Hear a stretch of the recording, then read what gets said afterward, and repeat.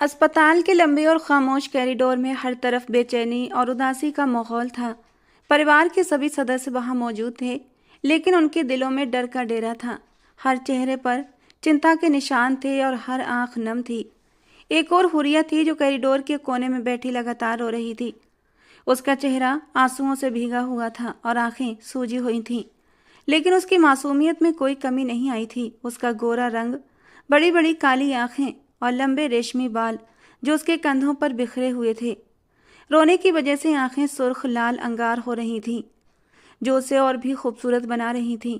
वो बार बार अपने दुपट्टे से अपनी आंखें पोंछ रही थी, लेकिन उसके आंसू थमने का नाम नहीं ले रहे थे।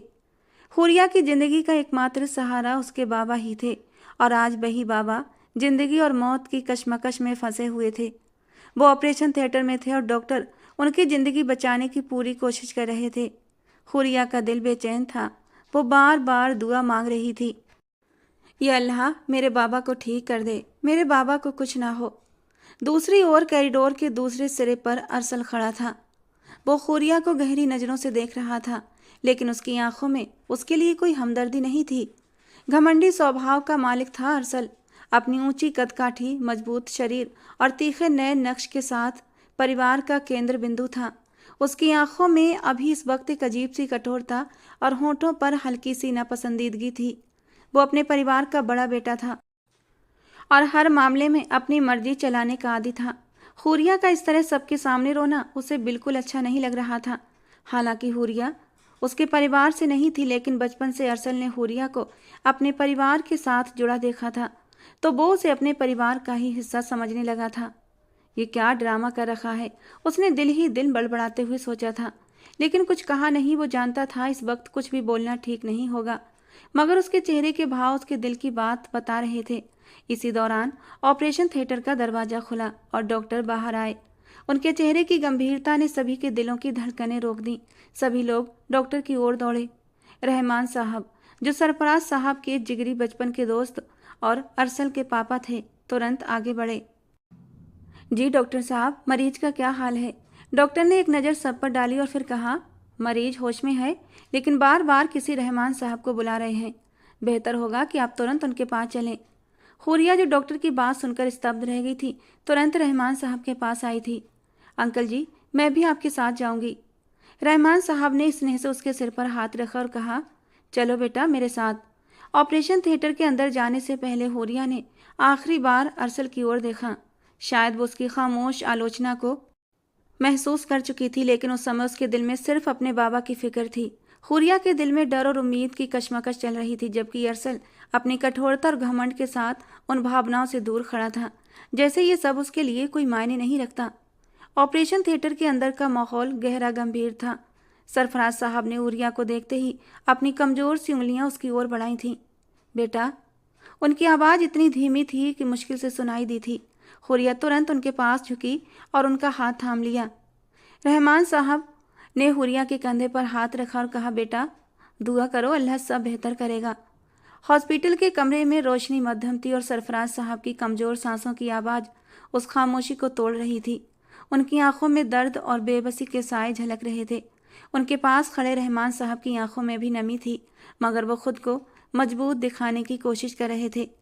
सरफराज साहब ने कांपते हाथों से अपने दोस्त का हाथ थामा, जो इस वक्त उनका आखिरी सहारा थे। रहमान, मुझे लगता है कि मेरा वक्त करीब आ चुका है। सांसें मेरी मुट्ठी से रेत की तरह फिसल रही हैं। उनकी आंखों में दर्द की गहराई थी। मुझे नहीं पता मेरे जाने के बाद मेरी बेटी का क्या होगा। हुरिया, जो अपने बाबा के सिरहाने खड़ी थी, ये सुनकर कांप गई। उसका दिल जैसे रुक गया हो। वो अपने पापा के चेहरे को देखने लगी, जिस पर जिंदगी की चमक मद्धम पड़ती जा रही थी। हुरिया की बड़ी बड़ी आंखें डर से फैल गईं। उसके गालों पर आंसू बिन आवाज बहने लगे। रहमान, सरफराज साहब ने मुश्किल से अपनी बात जारी रखी, मैं तुमसे एक बात करना चाहता हूँ, बल्कि तुम्हारे सामने हाथ जोड़ता हूँ। मेरी आखिरी ख्वाहिश है कि मेरी आंखों के सामने मेरी बेटी का निकाह अरसल से करा दिया जाए। ये सुनकर रहमान साहब का चेहरा हैरानी और अविश्वास से भर गया। क्या? उन्होंने अविश्वास से पूछा। सरफराज साहब ने गहरी सांस ली, जो उनके सीने से टूट कर निकली थी। मैं जानता हूँ कि अरसल तुम्हारा इकलौता बेटा है। उसे लेकर तुम्हारे दिल में ढेरों सपने होंगे, लेकिन मेरे दिल को सुकून सिर्फ अरसल के ख्याल से मिलता है। वो आत्मनिर्भर है, मजबूत है और मेरी बेटी का ख्याल रख सकता है। जबकि हुरिया ने यह सुनकर भयभीत नजरों से अपने पापा को देखा था। अरसल का नाम सुनते ही उसके दिल की धड़कन तेज हो गई थी। वो अरसल के कठोर स्वभाव और घमंडी रवैये से हमेशा डरती थी। वो उसे बचपन से ही नापसंद करती आई थी और उसके सामने बैठना तो दूर, बात करने से भी घबराती थी। उसकी बड़ी बड़ी आंखों में डर की परछाइयां थीं और उसका पूरा अस्तित्व कांप रहा था। लेकिन सरफराज, रहमान साहब ने धीमे और शांत लहजे में कहा, खुदा ना करे कि तुम्हें कुछ हो। अभी तुम हिम्मत रखो और जहां तक अरसल और हुरिया की बात है, मैं वादा करता हूं कि तुम्हारे होते हुए ही धूमधाम से उनकी शादी कराऊंगा। ये मेरा वादा है तुमसे, लेकिन अभी इस हालत में ये मुमकिन नहीं। सरफराज साहब की आंखों में आंसू भर आए। रहमान, अगर तुम सच में मुझे अपने छोटे भाई जैसा मानते हो तो मेरी आखिरी ख्वाहिश पूरी कर दो, मुझे सुकून से जाने दो। रहमान साहब कुछ देर सरफराज साहब को देखते रहे। उनके दिल में एक तूफान उमड़ रहा था, लेकिन अपने दोस्त की हालत देखकर वो कुछ कहने में असमर्थ थे। उन्होंने धीरे से सर हाँ में हिलाया, जैसे दिल की गहराइयों से मजबूर हो गए हों, और फिर चुपचाप कमरे से बाहर चले गए। कमरे में एक पल के लिए सन्नाटा छा गया था। हुरिया के आंसू रुकने का नाम नहीं ले रहे थे। उसके दिल में बगावत और बेबसी की एक स्थिति थी। वो अपने बाबा को मना करना चाहती थी कि वो अरसल से शादी नहीं कर सकती, लेकिन उसकी जुबान जैसे बंद हो गई थी। वो जानती थी कि इस वक्त कुछ भी कहना बेकार था। अस्पताल के बाहर अरसल, जो अब तक बेखबर था, अपने घमंडी और बेपरवाह अंदाज में खड़ा था। उसे खबर नहीं थी कि उसके और हुरिया के बीच तकदीर ने क्या खेल रचा है। हुरिया का दिल एक अनजाने डर से कांप रहा था और अरसल अपनी कठोरता और घमंड के खोल में दुनिया से बेपरवाह खड़ा था। अस्पताल के बाहर का माहौल खामोश था, लेकिन दिलों में एक तूफान था। वेटिंग एरिया में हल्की रोशनी के नीचे रहमान साहब और अरसल आमने सामने खड़े थे। अरसल, जो अभी अभी दफ्तर से सीधा अस्पताल आया था, हमेशा की तरह शानदार लग रहा था। उसका लंबा कद, व्यक्तित्व आकर्ष और आत्मविश्वास भरपूर था। उसने काले पैंट और शर्ट पहनी हुई थी, जो उसकी खूबसूरती को और भी निखार रही थी, लेकिन उसके चेहरे पर गहरी गंभीरता और हैरानी के भाव थे। अरसल ने अपनी घड़ी पर एक नज़र डाली और फिर अपने पापा को देखा। पापा, ये सब क्या हो रहा है? आप मुझे यहाँ क्यों लाए हैं? उसने शांत लहजे में पूछा। रहमान साहब ने गहरी सांस ली, जैसे वो अपने शब्द इकट्ठा कर रहे हों। बेटा, सरफराज की हालत बहुत ख़राब है। वो शायद ज़्यादा देर जिंदा न रह सके। उसकी एक आखिरी ख्वाहिश है, और वो ये कि वो अपनी बेटी हुरिया का निकाह तुम्हारे साथ अपनी आंखों के सामने देखना चाहता है। ये सुनकर अरसल के चेहरे पर एक झटका सा लगा था। वो हैरानी से कुछ पल तक एकदम चुप खामोश खड़ा रहा, जैसे उसने कुछ गलत सुन लिया हो। फिर अचानक अपनी जगह से खड़ा हुआ और अविश्वास से बोला, पापा, मजाक कर रहे हैं ना? ये कैसे मुमकिन है? मैं हुरिया से निकाह करूं? रहमान साहब ने अरसल को देखा। बेटा, ये मजाक नहीं है। सरफराज अपनी ज़िंदगी के आखिरी पलों में है और वो अपने दिल में ये बोझ लेकर जाना नहीं चाहता कि उसकी बेटी का भविष्य अनिश्चित हो। वो सिर्फ तुम पर भरोसा करता है। अरसल ने एक तंजिया हंसी के साथ सिर हिलाया और कहा, पापा, ये सब गलत है। मैं एक आत्मनिर्भर इंसान हूँ। मैंने अपनी जिंदगी के लिए कुछ सिद्धांत बनाए हैं। मैं जिस लड़की से शादी करना चाहता हूँ वो मेरे मापदंडों के मुताबिक होनी चाहिए। और हुरिया, वो एक सीधी सादी घरेलू सी लड़की है जो सिर्फ घर और कॉलेज तक सीमित है। वो मेरे साथ कैसे चल सकती है? रहमान साहब ने धैर्य से उसकी बात सुनी और फिर धीमे लेकिन मजबूत लहजे में कहा, अरसल, जिंदगी सिर्फ तुम्हारे मापदंडों और सिद्धांतों पर नहीं चलती। कभी कभी हमें दूसरों की खुशी और सुकून के लिए अपने फैसले बदलने पड़ते हैं। अरसल ने गुस्से में अपना हाथ मेज पर मारा था।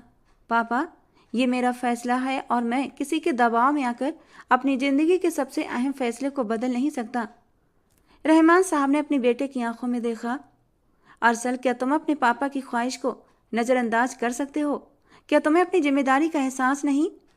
अरसल ने एक पल के लिए चुप्पी साधी थी, लेकिन उसके चेहरे के भाव कठोर थे। पापा, मैं माफ़ी चाहता हूँ, लेकिन ये निकाह मुझसे नहीं होगा।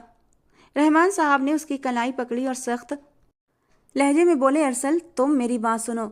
ये सिर्फ सरफराज की ही नहीं, मेरी भी ख्वाहिश है। तुम्हें ये निकाह करना होगा, चाहे तुम्हें ये पसंद हो या ना हो। मैं तुम्हें हुक्म दे रहा हूँ। और ये सुनकर अरसल की आंखों में गुस्सा भर आया, लेकिन वो कुछ बोल नहीं सका। वो अपने पापा के सामने और इनकार करने की हिम्मत नहीं जुटा पाया। कुछ भी कहो, वो अपने पापा की बहुत इज्जत करता था। उनकी बात को ठुकराने के बारे में सोच भी नहीं सकता था। उसने एक गहरी सांस ली और बेबसी के साथ कुर्सी पर वापस बैठ गया। उसकी आंखों के सामने हुरिया का रोता बिसूरता चेहरा घूम गया था और उसके दिल में नफरत की एक तेज लहर उठी थी। उसकी नज़र में उसके साथ जबरदस्ती की जा रही थी, तो उसकी जिम्मेदार सिर्फ और सिर्फ हुरिया थी। ठीक है पापा, उसने गुस्से और बेदिली के साथ कहा, मैं ये निकाह करूंगा, लेकिन याद रखना ये मेरी मर्जी से नहीं हो रहा, ये आप सबकी जिद है। रहमान साहब ने राहत की सांस ली और उसके कंधे पर हाथ रखा। बेटा, एक दिन तुम्हें समझ आएगा कि आज का ये फैसला तुम्हारे और हुरिया दोनों के लिए बेहतर है। अरसल ने कोई जवाब नहीं दिया। उसकी आंखों में गहरी बेबसी और दिल में एक अनजानी नफरत थी। वो जानता था इस निकाह के बाद उसकी जिंदगी बदल जाएगी, लेकिन वो दिल से इसे स्वीकार नहीं कर पा रहा था। अस्पताल के उस खामोश कोने में एक फैसला लिया जा चुका था। अरसल के दिल में नफरत के बीज बो दिए गए थे और हुरिया, जो इस सबसे अनजान थी, एक ऐसी जिंदगी की तरफ बढ़ रही थी जो उसके ख्यालों से बिल्कुल अलग थी। अस्पताल के खामोश गलियारे में एक अजीब सी बेचैनी छाई हुई थी। समय जैसे ठहर गया था और हर दिल पर एक भारी बोझ महसूस हो रहा था। ऑपरेशन थिएटर के अंदर मौलवी साहब, कुछ गभा और रहमान साहब मौजूद थे। उनके बीच अरसल और हुरिया एक दूसरे से कुछ कदमों की दूरी पर बैठे हुए थे। हुरिया के दिल की धड़कनें जैसे उसके कानों में गूंज रही थीं। उसकी आंखें झुकी हुई थीं और वो बेहद डरी हुई नजर आ रही थी। मौलवी साहब ने धीमी और शांत आवाज में निकाह के शब्द बोलने शुरू किए थे। हुरिया बिनते सरफराज, क्या आप अरसल बिन रहमान के साथ निकाह कबूल करती हैं? ये शब्द हुरिया के कानों में गूंजे तो उसकी सांसें जैसे थम गई थीं। एक पल के लिए उसकी आंखों के सामने अपने बीमार बाबा का चेहरा आया, जिन्होंने इस निकाह की ख्वाहिश की थी। उसकी आंखों से दो आंसू बहकर गालों पर लुढ़क आए। वो बेहद धीमी आवाज में कहा, कबूल है। मौलवी साहब ने ये सवाल 3 बार दोहराया और हर बार हुरिया ने अपने दिल को कुचलते हुए कबूल कहा। निकाह के गवाहों ने अपनी जगह से तस्दीक की और अरसल, जो अब भी भावनाओं से अछूता लग रहा था, निकाह नामे पर दस्तखत कर चुका था। हुरिया ने भी कांपते हाथों से कलम पकड़ी और निकाह नामे पर अपना नाम लिख दिया। उसके लिखते ही जैसे तकदीर की कोई अहम शर्त पूरी हो गई थी। निकाह के शब्द खत्म होते ही ऑपरेशन थिएटर में मौजूद सरफराज साहब, जो कमजोरी की हालत में लेटे थे, एक लंबी सांस ली और सबके सामने अचानक हिचकी आई थी। उनकी आवाज़ पूरे कमरे में गूंजी। हर कोई चौंक गया। हुरिया ने फौरन अपने बाबा की ओर देखा, लेकिन उनकी आंखें बंद हो चुकी थीं। 3 बार हिचकी लेने के बाद वे एकदम शांत हो गए थे, जैसे उनकी रूह ने ये इत्मीनान पाकर परवाज कर ली कि उनकी बेटी अब किसी के हवाले हो चुकी है। डॉक्टर, डॉक्टर को बुलाइए, रहमान साहब ने बेतहाशा चिल्लाकर कहा और कमरे में अफरा तफरी मच गई। डॉक्टर दौड़ते हुए दाखिल हुए। सरफराज साहब के शरीर की हालत का मुआयना किया गया, लेकिन सब बेकार था। कुछ पल बाद डॉक्टर ने ऐलान कर दिया, हमें अफसोस है, लेकिन अब वो इस दुनिया में नहीं रहे। ये शब्द कमरे में मौजूद हर इंसान पर बिजली बनकर गिरे। हुरिया, जो अब तक अपने जज्बात को काबू में किए हुए थी, एक दिल दहला देने वाली चीख के साथ बेहोश हो गई। अरसल, जो अब तक सब कुछ खामोशी से देख रहा था, अब अपनी जगह पर बेजान खड़ा था। उसकी आंखें, जो पहले भावनाओं से खाली थीं, अब किसी अनजाने दर्द से भर चुकी थीं। उसने अपने पापा की ओर देखा, जो खुद को मजबूत रखने की कोशिश कर रहे थे, लेकिन उनकी आंखों में अब आंसू थे। अरसल ने अपने आसपास का मुआयना किया और पहली बार उसे एहसास हुआ कि इस पल ने न सिर्फ हुरिया की जिंदगी, बल्कि उसकी अपनी दुनिया को भी पलट कर रख दिया था। ऑपरेशन थिएटर से बाहर निकलते ही सरफराज साहब की मौत की खबर पूरे अस्पताल में फैल गई। हर चेहरे पर उदासी और आंखों में आंसू थे। तुरंत ही उन्हें दफनाने की तैयारियां शुरू कर दी गईं। हुरिया, जो अब तक बेहोश थी, उसको घर लाया गया। वहां मौजूद औरतों ने उसे होश में लाने की कोशिश की, लेकिन वो लगातार होशो हवास खोए हुए थी। अरसल एक तरफ खड़ा सबको देख रहा था। उसके दिल में हुरिया के लिए एक अजीब सी कशमकश पैदा हो चुकी थी। वो जानता था कि हुरिया ने अपनी जिंदगी का सबसे बड़ा सदमा झेला है। एक तरफ सरफराज साहब की मौत का गम, तो दूसरी तरफ हुरिया की बेबसी और तीसरी तरफ अरसल की बेचैनी। जिंदगी ने सबको एक ऐसे मोड़ पर लाकर खड़ा कर दिया था, जहां हर दिल बोझल और हर आंख आंसुओं से भरी हुई थी। लोगों की भीड़ सरफराज साहब की मैयत के पास जमा थी, लेकिन कोई भी इस मंजर को देखने की हिम्मत नहीं कर पा रहा था। मर्द मैयत को कंधा देने के लिए तैयार खड़े थे और औरतें एक तरफ आंसू भरी नजरों से ये मंजर देख रही थीं। हुरिया, जो अब तक एक कोने में बेसुध सी बैठी थी, अचानक खड़ी हो गई। उसकी आंखें लाल थीं, चेहरा आंसुओं से भीगा हुआ था और उसका पूरा वजूद कांप रहा था। वो लड़खड़ाते कदमों से मैयत की ओर बढ़ी थी और जोर से चिल्लाते हुए बोली, नहीं, कोई मेरे बाबा को यहाँ से लेकर नहीं जाएगा, कोई उन्हें नहीं छुएगा। लोगों ने हैरानी से उसे देखा और औरतें उसे संभालने के लिए आगे बढ़ीं, लेकिन वो किसी की भी नहीं सुन रही थी। उसने रहमान साहब का बाजू पकड़कर झंझोड़ते हुए कहा, अंकल, आप मेरे बाबा को लेकर नहीं जा सकते। मैं उनके बिना कैसे रहूंगी, बताइए ना, कैसे रहूंगी।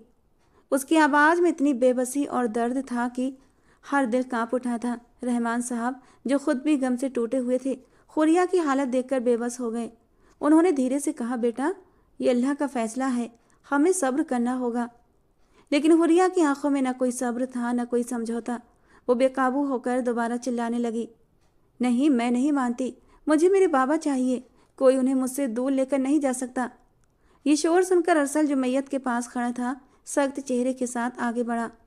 उसकी आंखों में गुस्से की चमक थी। वो अपनी त्योरियां चढ़ाए सीधे हुरिया के पास पहुंचा।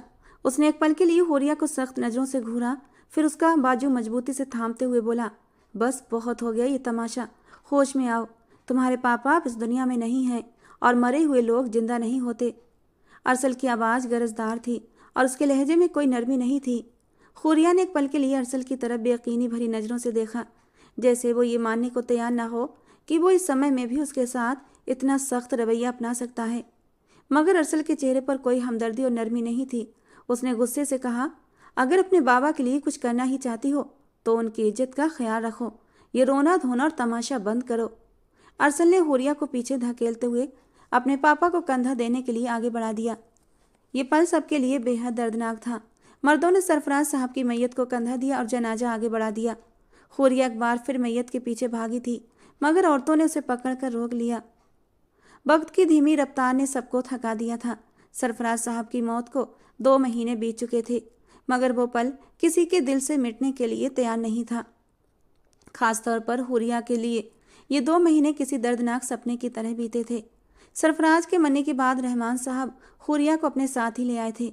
वो लड़की जो हमेशा हंसती मुस्कुराती रहती थी, अब एक खामोश और बेजान वजूद में बदल चुकी थी। उसकी आंखों से आंसू बहते रहते और वो किसी से कुछ कहे बिना खुद को एक कमरे में बंद रखती। बचपन में ही माँ को खोने का गम शायद उस वक्त इतना महसूस नहीं हुआ था, क्योंकि उस वक्त तो सरफराज साहब की मोहब्बत ने उसे माँ की कमी महसूस नहीं होने दी थी। लेकिन अब जब उसके सिर से बाप का साया भी उठ गया था, वो अकेलेपन के गहरे समंदर में डूब गई थी। सरफराज साहब ने हमेशा उसे अपनी जान से ज़्यादा अजीज रखा था।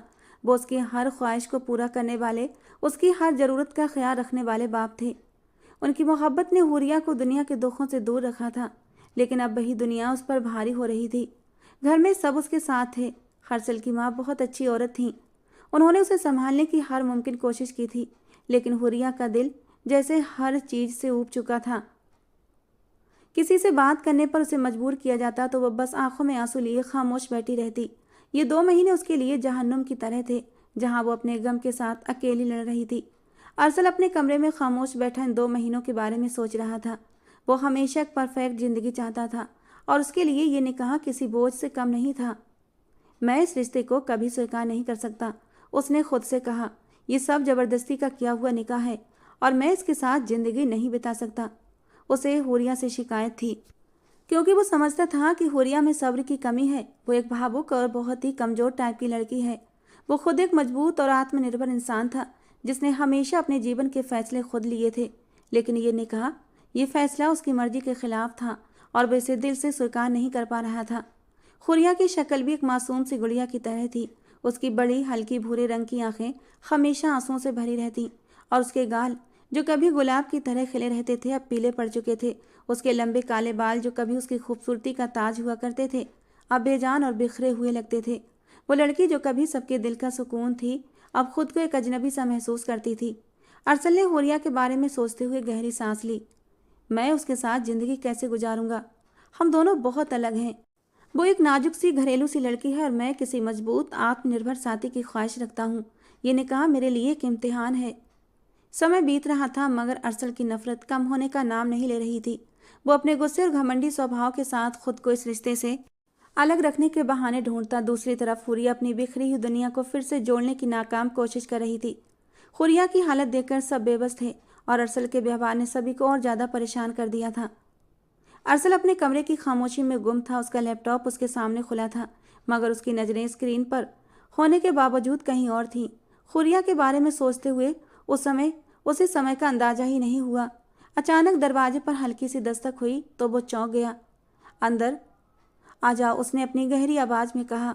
एक नौकरानी अदब से सिर झुकाए अंदर आई। साहब, बड़े साहब आपको कमरे में बुला रहे हैं, उसने धीमे लहजे में सूचना दी। अरसल ने एक पल के लिए खामोशी बरती। उसके माथे पर हल्की सिलवटें उभर आई थीं। वो किसी से मिलने या बात करने के मूड में नहीं था। ठीक है, जाओ, मैं आता हूँ। और नौकरानी कमरे से बाहर चली गई। अरसल ने लैपटॉप बंद किया और गहरी सांस ली। वो जानता था कि उसके पापा उसे क्यों बुला रहे हैं। कल भी उनकी बातचीत का मुद्दा हुरिया ही थी और आज भी यही होने वाला था। वो अपनी कुर्सी से उठाकर कमरे से बाहर आया। जब अरसल कमरे में दाखिल हुआ तो वो हल्के से चौंके। उनकी नज़रें अपने बेटे पर गईं, जो अपने खास घमंडी अंदाज में सीधा बैठा था। चेहरे पर किसी भी तरह का भाव ना के बराबर था। अरसल बेटे, रहमान साहब ने बात शुरू की, मैं तुमसे एक अहम बात करना चाहता हूँ। जी बाबा, कहिए, अरसल ने बिना किसी भाव के जवाब दिया। देखो बेटा, निकाह हो चुका है, हुरिया तुम्हारी बीवी है। सरफराज ने अपनी ज़िंदगी में ये रिश्ता तुम पर भरोसा करके जोड़ा था। अब मुझे लगता है कि उसका हक है कि वो अपनी रुखसती के बाद तुम्हारे साथ अपनी ज़िंदगी की नई शुरुआत करे। अरसल ने सुनते ही गहरी सांस ली। फिर एक पल बाद उसने सिर उठाकर अपने पापा की ओर देखा। पापा, निकाह तो मैंने कर लिया आपकी ख्वाहिश पर, लेकिन जहाँ तक रुखसती की बात है वो तभी होगी जब मुझे सही लगेगा। रहमान साहब ने उसे गौर से देखा। अरसल, समझने की कोशिश करो, वो बच्ची पूरे 2 महीने से टूट कर बिखर चुकी है। उसने बचपन में ही अपनी माँ को खो दिया था और अब उसके बाप भी नहीं रहे। अगर तुम उसके साथ रहोगे तो शायद वो संभल जाए। अरसल ने कड़वाहट भरे लहजे में कहा। पापा, आप चाहते हैं कि मैं इस रिश्ते को ज़बरदस्ती निभाऊं? हुरिया और मैं एक दूसरे से बिल्कुल अलग हैं।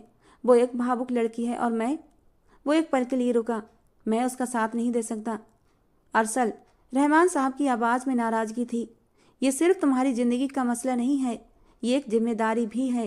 तुम्हें समझना होगा कि निकाह कोई खेल नहीं है, ये एक वादा है जो तुमने किया था। पापा, अरसल ने उनकी बात काटी। मैं जानता हूँ ये वादा क्या है, लेकिन ये फैसला मुझ पर ज़बरदस्ती थोपा गया था। मैं इस रिश्ते को निभाने के लिए मजबूर नहीं हूँ। रहमान साहब ने कड़ी नज़रों से उसे देखा। क्या तुम ये कहना चाहते हो कि तुम इस रिश्ते को निभाने से इनकार कर दोगे? मैंने ऐसा नहीं कहा, अरसल ने ठंडे लहजे में जवाब दिया। मैं बस ये कह रहा हूँ कि रुखसती तभी होगी जब मैं खुद को इसके लिए तैयार कर लूँ। अभी के लिए ये बात ख़त्म समझे। ये कहकर अरसल उठ गया।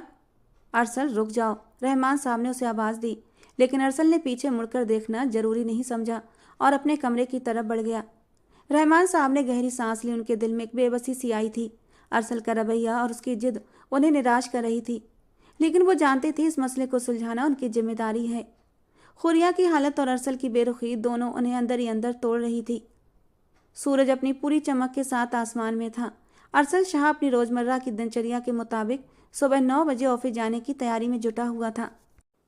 आज उसने काले रंग का पैंट कोट चुना था। नहाने के बाद उसने अपने बाल ठीक किए, घड़ी पहनी और आईने में एक नज़र खुद को देखने के बाद कमरे से बाहर निकला। उसका इरादा था कि नाश्ता करेगा और फिर ऑफिस के लिए निकल जाएगा, लेकिन जैसे ही वो सीढ़ियों से नीचे उतरा, सामने का नज़ारा देखकर उसकी आंखों में नाराज़गी आई थी। लॉन्ज में हुरिया अपनी माँ की बचपन की सहेली अनिला आंटी से लिपट कर जोर जोर से रो रही थी। अनिला आंटी हुरिया की माँ की बचपन की सहेली थी, लेकिन हुरिया की माँ के जाने के बाद उन्होंने हुरिया को अपनी सगी बेटी की तरह पाला था। लेकिन पिछले 4-5 साल से वो अमेरिका में सेटल थी। सरफराज साहब के मरने के 2 महीने बाद वो उनसे मिलने आई थी। खबर देर से मिलने की वजह से वो उस गम में शरीक नहीं हो सकी थी। उनके साथ उनका बेटा वाजिल भी था, जो बड़े ध्यान से हुरिया को देख रहा था और उसे दिलासा देने की कोशिश कर रहा था। वाजिल की नज़रों में हुरिया के लिए हमदर्दी और करीबी जज्बात साफ झलक रहे थे, जो अरसल को एक पल में गुस्से में भरने के लिए काफ़ी थे। अरसल ने नाश्ता करने के इरादे को नज़रअंदाज करते हुए तेजी से कदम आगे बढ़ाए और लॉन्ज में दाखिल हुआ। वो झटके से हुरिया के बराबर में बैठा था। हुरिया, जो अनीला के सीने से लगी रो रही थी, अरसल के इस तरह अचानक बैठने पर एकदम सीधी होकर बैठी थी। वो कुछ पल के लिए हैरान हुई थी। अरसल पैर पर पैर रखकर बैठा और अपना मोबाइल निकाल कर उससे स्क्रॉल करने लगा। उसका अंदाज ऐसा था जैसे वो इस पूरे मंजर को नज़रअंदाज कर रहा हो, लेकिन हकीकत में उसकी मौजूदगी का मतलब बहुत साफ था। वाजिल ने भी एक पल के लिए चौंक कर अरसल को देखा।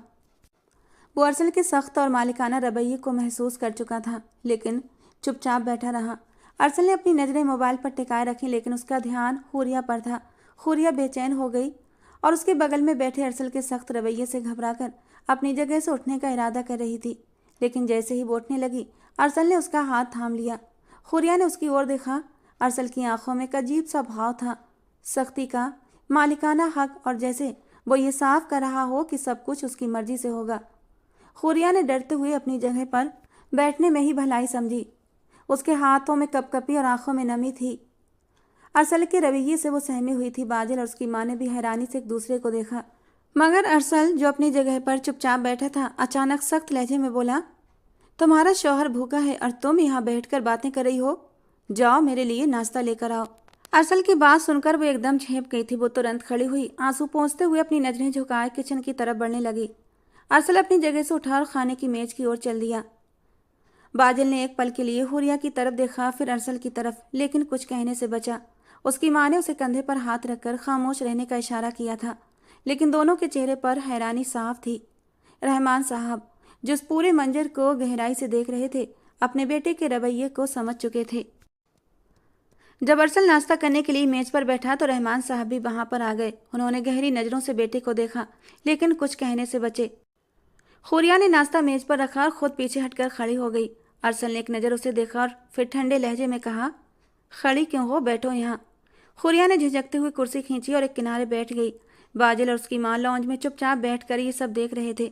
अरसल की हरकतें और उसका रवैया साफ रूप से उसकी बेचैनी और भावनाओं की तीव्रता को दिखा रहा था, लेकिन वो शब्दों में कुछ भी कह नहीं रहा था। रहमान साहब ने ये सब गहरी चुप्पी के साथ देखा। वो समझ रहे थे कि अरसल के दिल में कुछ ऐसी बातें हैं जिनका वो इजहार नहीं कर पा रहा। उन्होंने वहीं बैठकर तुरंत एक पूरा प्लान बना लिया था, ताकि अपने बेटे को इस बात का एहसास दिला सकें कि हुरिया उसकी जिम्मेदारी और उसकी पत्नी है। इसके लिए उन्हें ये कदम उठाना ही था। नाश्ता करने के बाद अरसल ने सख्त लहजे में अपनी माँ से कह दिया कि हुरिया कमरे में ही रहेगी और बाकी मेहमानों को तुरंत विदा कर दिया जाए। उसके माथे पर बल थे और आंखों में एक ऐसी चमक थी जिससे साफ जाहिर हो रहा था कि वो किसी भी हालत में अपने घर में किसी गैर की दखलंदाजी बर्दाश्त नहीं करेगा। उसकी माँ, जो हमेशा उसे समझाती रहती थी, उसकी सख्ती पर चुप थी। वो अपनी जगह से उठी, लेकिन उसके दिल में एक सवाल था कि आज अरसल को क्या हो गया है, क्यों भी इतना गुस्से में है। उसके खराब रवैये के बावजूद वो हमेशा अपने बेटे की इज्जत करती थी और कभी नहीं सोचा था कि अरसल इस हद तक अपनी जिद में आ जाएगा।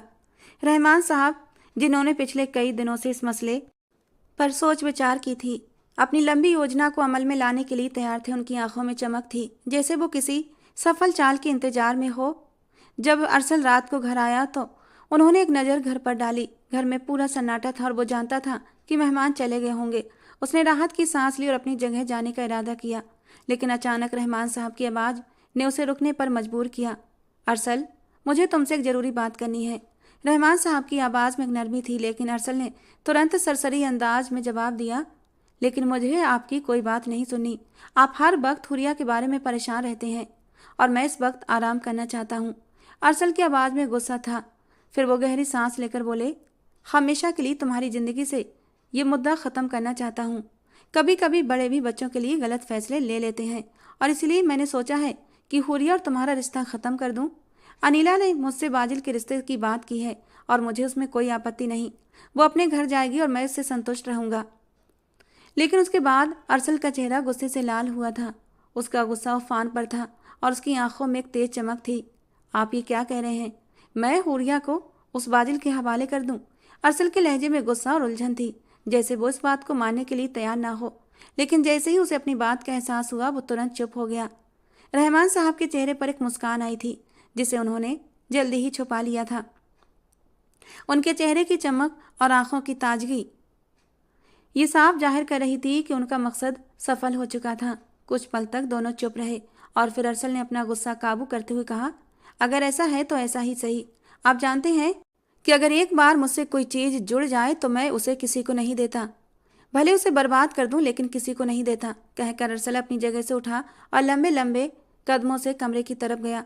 रहमान साहब की मुस्कान गहरी हो गई थी, क्योंकि वो जानते थे अरसल ने अपनी बात कह दी थी और अब ये उनके लिए एक नया रास्ता था।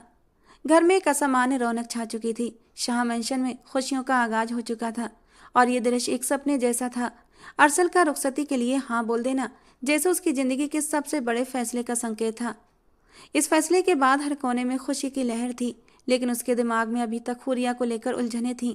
बचपन में जब भी कोई चीज उसकी पसंदीदा होती थी, वो न केवल उसे अपने पास रखता बल्कि अपने छोटे भाई को भी उससे दूर रखता था। वो चाहता था कि उसकी हर चीज पर उसका ही पूरा अधिकार हो, और यही आदत उसके साथ जीवन भर रही थी। जब उसके पापा ने हुरिया के लिए बाजिल का रिश्ता पेश किया तो वो तुरंत ये सुन नहीं सका था। उसने खुद को मजबूर महसूस किया और उसी गुस्से में आकर उसने रुखसती के लिए हाँ बोल दिया। आजमाइयों का दिन था। पूरे घर में खुशियां छाई हुई थीं, लेकिन हुरिया की आंखों में गम की गहरी छाप थी। वो जितनी कोशिश करती अपनी उदासी को छुपाने की, उतनी ही तेजी से उसका गम उभरता। अपने पापा की कमी उसे उस दिन बहुत ज्यादा महसूस हो रही थी। उसका दिल चाहता था कि कोई उसका गम समझे, कोई उसकी पुकार सुने, लेकिन जो वो महसूस कर रही थी वो किसी ने महसूस नहीं किया। उसकी आंखें बार बार नम हो रही थीं और वो महसूस कर रही थी ये दिन उसके लिए खुशी का नहीं बल्कि एक और टूटने का दिन बन चुका था। माइयों के सूट में उसकी उदासी और भी साफ हो रही थी। वो एक तरफ चुपचाप खड़ी थी अपने अंदर के दर्द को छुपाते हुए, और दूसरी तरफ शादी की रस्में थीं। पूरे घर में हलचल थी, ढोल की आवाजें थीं, मेहंदी की खुशबू हर कमरे में फैल रही थी और लोग खुशी से नाच रहे थे। लेकिन हुरिया के चेहरे पर जैसे हर पल गम का बोझ था। उसकी मुस्कान कमजोर थी, हर तरफ खुशी की लहर थी, लेकिन हुरिया के भीतर कुछ और था। वो चुपचाप एक कमरे में चली गई और उसकी आंखों से आंसू बहने लगे। कुछ देर बाद जब हुरिया ने कमरे से बाहर कदम रखा तो पूरे घर में खुशबू का सा माहौल था। हर किसी की नजरें उस पर थीं और वे उसकी कदम पर मुस्कुरा रहे थे। समय तेजी से गुजरा और रुखसती का दिन भी करीब आ गया। शाम मेंशन में सब कुछ ठीक था, लेकिन हुरिया का दिल एक अजीब सी बेचैनी में डूबा हुआ था, और इसी बुझे दिल के साथ हुरिया की विदाई हुई। विदाई क्या थी, एक कमरे से निकलकर दूसरे कमरे में बिठा दी गई थी। हुरिया दुल्हन का जोड़ा पहनकर अरसल के बेड पर बैठी हुई थी, लेकिन उसकी आंखों में कोई चमक नहीं थी। ये जोड़ा, ये रंग, ये जेबर, सब कुछ एक बोझ था। वो सिर झुकाए बैठी थी जैसे कोई सपना देख रही हो या फिर अतीत की कड़वी यादों में डूबी हो। उसके चेहरे पर जो मुस्कान थी वो एक दिखावा थी, और उसके दिल में खालीपन था जो कभी भी पूरा नहीं हो सकता था। और उसी पल कमरे का दरवाजा खुला और अरसल अंदर आया, दूल्हे के रूप में, बिल्कुल एक बादशाह की तरह। उसके शरीर से एक ठंडी ऊर्जा निकली थी और उसकी आंखों में कठोर निर्दयी भावना थी। उसका अंदाज पूरी तरह घमंडी था, लेकिन जैसे ही उसकी नज़र हुरिया पर पड़ी थी, एक पल के लिए रुक गया। उसकी आंखों में एक अजीब हलचल पैदा हुई थी, जैसे वो किसी नई सच्चाई को समझने की कोशिश कर रहा हो। हुरिया की सुंदरता ने उसके दिल में एक पल के लिए अजीब सी पसंदीदगी का रंग दोहराया था, लेकिन वो बहुत तुरंत अपने जज्बातों को दबा गया था। हुरिया का चेहरा लाल हुआ और घूंघट के अंदर से सिर्फ उसकी आंखें दिखाई दे रही थीं। उसकी आंखों में एक बेचैनी थी और उसकी चुप्पी में एक दर्द था। अरसल ने हुरिया के चेहरे से घूंघट हटाया और उस पल में उसे बेखौफ तौर पर हुरिया की सुंदरता का एहसास हुआ। वो वाकई बेहद खूबसूरत थी, लेकिन अरसल की आंखों में वही कठोरता और बेजारी थी जो हमेशा होती थी। उसने हुरिया के चेहरे पर एक निगाह डाली और फिर धीरे से उसके करीब हुआ था। तभी हुरिया बोली, मैं जानती हूँ कि ये दिन आपके लिए बहुत खास है। हर लड़के के लिए उसकी सुहागरात बहुत ज़्यादा महत्वपूर्ण होती है, लेकिन मैं आज आपसे कोई रिश्ता नहीं बना सकती। प्लीज़ मुझे थोड़ा समय चाहिए। उसके शब्द अरसल के भीतर एक तूफान की तरह गूंजने लगे। वो जो खुद भी हुरिया से अभी नापसंदीदगी का इजहार करने वाला था, आज उसकी बातों ने उसके अंदर एक जिद पैदा कर दी थी। उसकी आंखों में गुस्से की लहर चमकी, लेकिन उसने अपनी भावनाओं को काबू में रखा और कमरे से बाहर निकल गया। कॉरिडोर में कुछ पल वो खड़ा रहा अपने गुस्से को काबू करते हुए। हुरिया, तुम्हारी इतनी हिम्मत कैसे हुई कि मुझे इनकार करो? हालांकि मेरा तो खुद भी मूड नहीं था कि तुम्हारे साथ कोई रिश्ता बनाता, तुम्हें पत्नी होने का हक देता, लेकिन तुमने मुझे रिजेक्ट करके मेरी अना को एक गहरी चोट दी है। और आज की रात मैं तुम्हें बताऊंगा कि मैं तुम्हारे साथ कैसे ज़बरदस्ती अपना हक वसूल करूंगा। ये सोचकर उसके दिल को सुकून मिला था और फिर वो दोबारा से कमरे में दाखिल हुआ। हुरिया, जो अब लेटने के इरादे से सोफे की तरफ बढ़ रही थी, अरसल को वापस कमरे में आता देखकर कुछ पल के लिए चौंकी थी, लेकिन इससे पहले वो कुछ समझ पाती, अरसल ने उसे खींचकर दीवार के साथ लगाया था। अरसल के चेहरे पर छाए रंग देखकर हुरिया का दिल धक से हुआ था। अरसल, होश में आओ, छोड़ो मुझे। मैं इस वक्त इस रिश्ते को निभाने के लिए तैयार नहीं हूँ। मुझे थोड़ा सा वक्त चाहिए। वो अपने हाथों से अरसल को धक्का देते हुए बोली थी, लेकिन अरसल अपनी जगह से टस से मस नहीं हुआ था। गलती कर दी तुमने, मुझे धुतकार कर। अगर तुम खुद अपने मुंह से मेरी नज़दीकी के लिए मना न करती तो मैं खुद भी तुम्हें हाथ नहीं लगाता, क्योंकि मैं तुमसे कोई इश्क नहीं करता जो मैं तुम्हारे लिए मरा जा रहा था। तुम्हारे करीब आना तो दूर की बात, तुम्हें देखना तक मुझे गवारा नहीं था, लेकिन तुमने मेरी गैरत को चोट पहुंचाई है। तो आज मैं तुम्हें बताऊंगा कि मुझे धुतकारने का नतीजा क्या होता है। आज मैं अपने सारे हक वसूल करूंगा और तुम मुझे रोक नहीं सकती। कहते कहते अरसल की उंगलियां हुरिया की गर्दन तक गई थीं। धीरे धीरे सहलाते हुए अब उसकी उंगलियां उसके गालों की तरफ बढ़ रही थीं, जबकि हुरिया का दिल बंद होने के करीब था। प्लीज अरसल, ऐसा मत करें। हुरिया ने आंखें बंद करके एक आखिरी विनती की थी, लेकिन अरसल अब अपने होश में कहाँ था। हुरिया को गर्दन से पकड़ते हुए उसने उसके होठों को अपनी होठों के कैद में लेकर बेतहाशा चूमना शुरू कर दिया और हुरिया का सांस जैसे घुटने लगा था। और जब हुरिया के नाजुक से होठों को अरसल ने अपने दांतों से कुचला था तो हुरिया के होठों से एक सिसकी निकली थी। अपनी मनमानी करने के बाद अरसल उससे अलग हुआ था, लेकिन उसे अपनी बाहों से आज़ाद नहीं किया था। हुरिया की आंखों से आंसू बह रहे थे, जिसे अरसल ने अपने होठों से चुनना शुरू कर दिया। और अगले ही पल अरसल ने हुरिया का दुपट्टा उससे उतार कर साइड पर रखा था। और जब उसकी खूबसूरती उभर कर अरसल के सामने आई तो उसकी आंखों में नशा उतर आया था। हुरिया के कानों की लौ को अपने कानों से काटते हुए वो धीरे से फुसफुसाया, इस बात में कोई शक नहीं कि खूबसूरत तो बहुत हो। ये कहते हुए उसने उसकी गर्दन पर अपने दहकते हुए होंठ रखे थे। अरसल की संगत में हुरिया का नाजुक सा वजूद कांपने लगा था। वो अरसल को खुद से दूर हटाने की कोशिश कर रही थी, लेकिन वो नाजुक सी लड़की कहाँ अरसल जैसे हट्टे कट्टे मर्द का मुकाबला कर सकती थी। अगले ही पल अरसल ने उसे बाहों में उठाकर बेड पर लिटाया था और हाथ बढ़ाकर लाइट ऑफ कर दी। पूरा कमरा अंधेरे में डूब चुका था, लेकिन उस अंधेरे में हुरिया की एक और ही किस्मत लिखी जा रही थी। सुबह हुरिया की आंख खुली तो एक सफ़ेद चादर में लिपटी हुई थी, लेकिन अरसल अब बेड पर नहीं था। उसने इधर उधर निगाह दौड़ाकर देखा तो अरसल बाथरूम से निकल रहा था। उसने एक नज़र हुरिया को देखा तो उसकी आंखों में रात की खुमारी अब भी चमक रही थी। हुरिया ने अपने आसपास चादर अच्छे से लपेटी। वो अपने बाल बनाते हुए कोई गाना गुनगुना रहा था, जबकि उसके इस अंदाज पर हुरिया को गुस्सा आया था। तुम एक घटिया इंसान हो अरसल शाह। उसके मुंह से ये शब्द बेखौफ निकले थे। अरसल ने ये सब नज़रअंदाज करते हुए एक जहरीले अंदाज में कहा, रात तुमने अपनी जिद में मेरी इज्जत को ठेस पहुंचाई थी। तुम्हें मेरी नज़दीकी से नफरत है ना? अब एक दिन की सुहागन के बाद बाकी की ज़िंदगी अकेले बिताना, क्योंकि मैं अभी थोड़ी देर में लंदन जा रहा हूँ, हमेशा के लिए। उसके शब्दों में बेरुखी और ठंडक थी। वो हुरिया को नज़रअंदाज करते हुए कमरे से बाहर निकल गया और हुरिया का दिल जैसे टूट चुका था। वो जैसे पत्थर की तरह साख्त हो गई थी। क्या इंसान सच में इतना खुदगर्ज भी हो सकता है? क्या प्यार और रिश्ते इतने तुच्छ हो सकते हैं? ये सवाल उसके दिल को छिन्न भिन्न कर रहे थे। वो आंखें बंद किए अपनी किस्मत पर मातम कर रही थी। थोड़ी देर बाद रहमान साहब कमरे में आए। उनके चेहरे पर गंभीरता और दुख के भाव थे। जैसे ही उनकी नज़रें हुरिया के भीगे हुए चेहरे और आंखों से रिक्त आंखों पर पड़ी तो वो उसके पास आ गए। बेटी, हम माफ़ी चाहते हैं, रहमान साहब ने धीरे से कहा। हमारे बेटे ने जो तुम्हारे साथ किया है वो माफ़ी के काबिल नहीं, हम उसे कभी माफ़ नहीं करेंगे। आप क्यों माफ़ी मांग रहे हैं अंकल? आप तो मेरे बड़े हैं, मेरे बाप की जगह हैं। ये सब तो मेरी किस्मत में लिखा था। आपने हमेशा मेरे भले के बारे में सोचा। हुरिया की आवाज़ आंसुओं से भरी हुई थी। रहमान साहब ने हुरिया को मजबूती से थामा, जैसे उसके बिखरे हुए अस्तित्व को सहारा दे रहे हों। उनकी आंखों में नमी थी, लेकिन वो अपनी भावनाओं को काबू में रखे हुए थे। समय जैसे थमसा गया था। हुरिया ने अपनी सास के हाथ थामे और बोली, मैंने कभी नहीं सोचा था कि मेरी ज़िंदगी में ऐसा मोड़ आएगा जहां मेरा अपना पति मुझे अकेला छोड़कर चला जाएगा, लेकिन मैं फिर भी आभारी हूं कि आप दोनों मेरे साथ हैं। रहमान साहब, उनकी पत्नी ने एक दूसरे को और देखा। उनकी आंखों में एक फैसला था।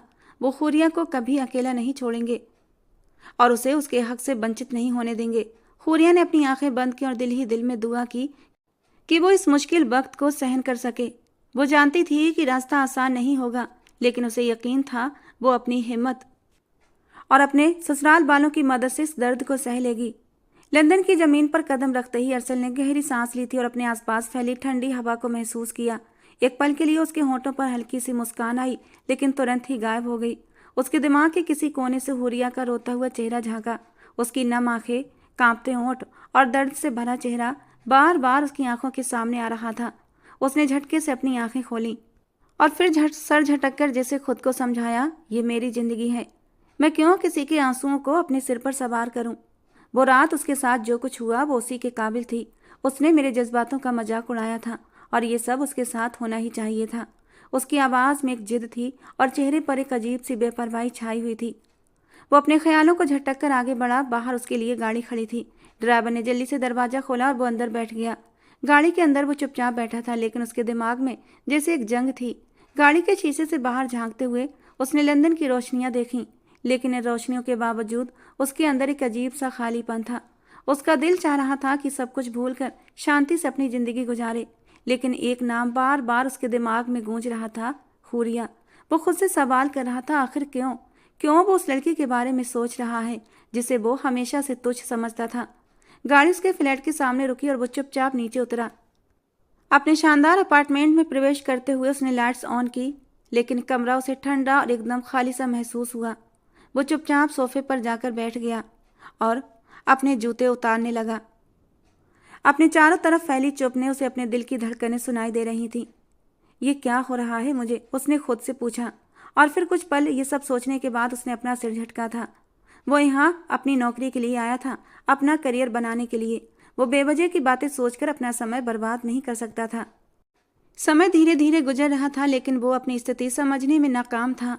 उसे यहाँ आए हुए पूरा 1 महीने का वक्त हो चुका था और आज वो बहुत अकेला महसूस कर रहा था। इसलिए ऑफिस से आने के बाद वो बिल्कुल चुप बैठा हुआ था। अचानक उसने अपनी जेब से फ़ोन निकाला, लेकिन वो फ़ोन पकड़े हुए एकदम रुक सा गया। वो किसे फ़ोन करता? उसके माँ बाप ने तो 1 महीने पहले ही उससे संबंध तोड़ लिए थे। उसने फ्लैट पहुंचने के बाद अपने माँ बाप को कॉल की थी, लेकिन उन्होंने उससे नाता तोड़ लिया।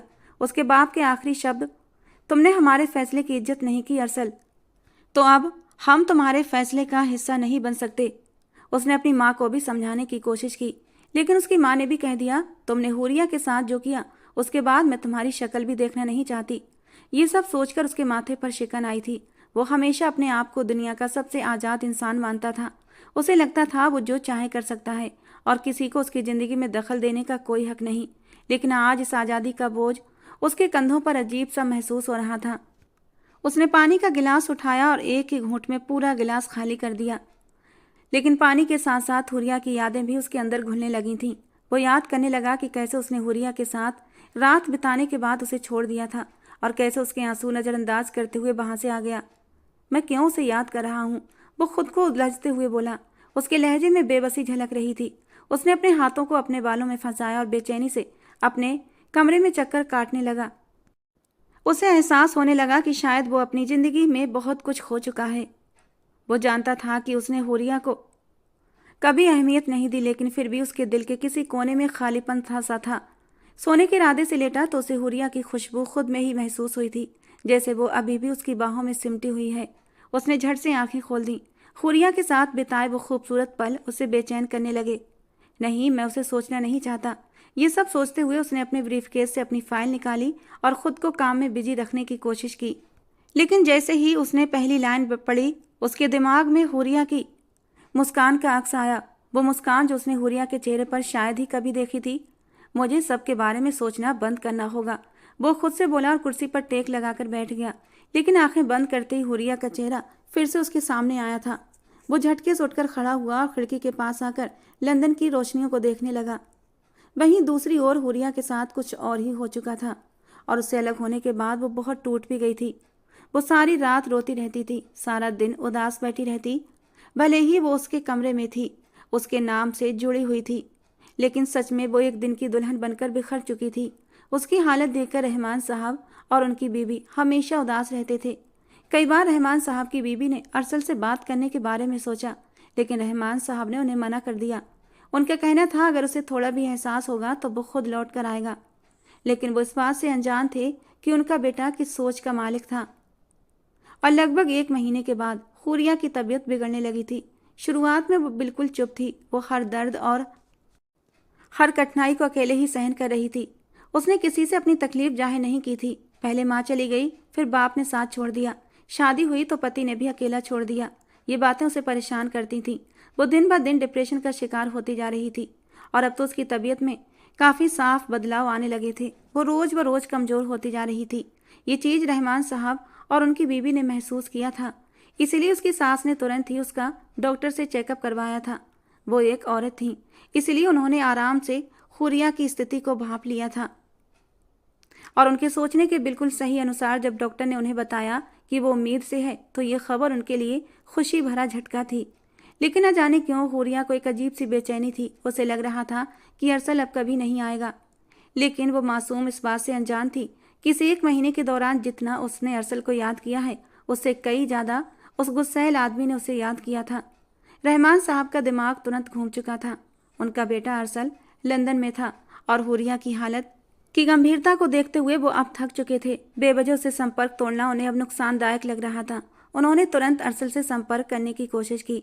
रहमान साहब ने अरसल को फ़ोन किया और जैसे ही अरसल ने उनका फ़ोन आता देखा तो वो हैरान हुआ था। उसने तुरंत कॉल रिसीव की, जबकि रहमान साहब ने सबसे पहली बात यही बोली थी, तुम तुरंत वापस आ जाओ। एक पल के लिए अरसल हैरान हुआ था। उसका दिल चाहता था कि वो लौट जाए, लेकिन अपने अहंकार के हाथों मजबूर होकर उसने इनकार किया। लेकिन जब रहमान साहब ने उसे कहा कि वो बाप बनने वाला है और हुरिया को उसकी ज़रूरत है, तो वो कुछ पलों के लिए चुप हो गया। उसके अंदर एक नया जोश जागा था, जैसे उसे हकीकत का एहसास हो चुका हो। वो तुरंत लंदन छोड़कर भारत वापस आया था। हुरिया उससे बात नहीं करना चाहती थी और वो बिल्कुल भी उसे माफ़ करने के लिए तैयार नहीं थी। लेकिन उसने अपनी तकलीफ को कुछ देर के लिए नज़रअंदाज किया और अपने आने वाले बच्चे के लिए अपनी नाराज़गी को एक तरफ रख दिया था। अरसल ने उससे माफ़ी मांगी थी, लेकिन जब हुरिया ने उसे माफ़ नहीं किया तो अरसल अंदर से टूट गया। उसे एहसास था कि उसने गलत किया और उसे उसकी गलती की सज़ा मिलनी चाहिए। और उस दिन वो हुरिया के सामने आया था। हुरिया, मैं तुमसे दिल से माफ़ी मांगता हूँ, लेकिन तुम अगर मुझे माफ़ नहीं कर सकती तो मैं तुम्हारे सामने रहकर तुम्हें और दुखी नहीं कर सकता। मैं वापस जा रहा हूँ, लेकिन तुम चिंता मत करना, वहाँ से भी मैं तुम्हारी हर ज़रूरत का ख्याल रखूँगा। ये कहकर जैसे ही अरसल पलटा था, हुरिया बर्दाश्त न कर सकी। वो रोते हुए उसके सामने आई थी। उसके सीने पर अपने हाथों से घूंसे बरसाने लगी। बहुत बुरे हो अरसल, बहुत बुरे। मैं मानती हूँ जिन हालात में हमारी शादी हुई वो बहुत मुश्किल दौर था, लेकिन मैंने भी तो तुम्हें पति के रूप में स्वीकार किया था ना, तो तुम क्यों मुझे छोड़कर चले गए। कहते कहते वो अरसल के चौड़े सीने में सर छुपाकर रोने लगी थी, जबकि अरसल ने भी उस नाजुक सी लड़की को समेट लिया था जो उसकी ज़िंदगी थी, उसका सब कुछ थी। लेकिन बस इस बात को पहले समझ नहीं पाया था। और आज जब उसने हुरिया को अपनी बाहों में समेटा तो ऐसा लगा कि जैसे उसके दिल में एक सुकून सा उतर गया था। आंखें बंद करके उसने इस सुकून को महसूस किया था। उसने खुद से वादा किया कि आने वाली ज़िंदगी को इतना खूबसूरत बनाएगा कि कभी भी हुरिया को शिकायत का मौका नहीं देगा। दोस्तों, आज की हमारी ये कहानी आपको कैसी लगी कमेंट बॉक्स में ज़रूर बताना। दोस्तों, हमारी कहानी को एक लाइक और अपना एक प्यारा सा कमेंट ज़रूर किया करें, क्योंकि दोस्तों इससे हमें पता लगता है कि आपको हमारी कहानियाँ पसंद आती हैं या नहीं। तो चलिए दोस्तों, मिलते हैं अगली किसी नई रोमांटिक कहानी के साथ।